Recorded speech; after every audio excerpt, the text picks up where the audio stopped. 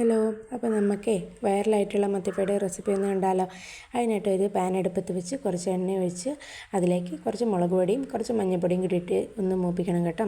അതിനുശേഷം ചതച്ച് വെച്ചിട്ടുള്ള ഉള്ളിയും അതുപോലെ തന്നെ വെളുത്തുള്ളിയും കുറച്ച് കറിവേപ്പിലയും കൂടി ചേർത്ത് കൊടുത്ത് നന്നായിട്ടൊന്ന് മൂപ്പിക്കണേ. അതിനുശേഷം നമ്മൾ കുറച്ച് വാളംപുളി വെള്ളത്തിൽ പിഴിഞ്ഞ് വെച്ചിട്ടുണ്ട്, അതും കൂടി അതിലേക്ക് ചേർത്ത് കൊടുത്ത് ആവശ്യത്തിന് വേണ്ട ഉപ്പും കൂടിയും ചേർത്തതിന് ശേഷം ഇത് നന്നായിട്ടൊന്ന് തിളച്ച് വറ്റി കുറുകി എണ്ണയെല്ലാം തെളിഞ്ഞ് വരുന്നവരെ ഒന്ന് വെയിറ്റ് ചെയ്യണേ.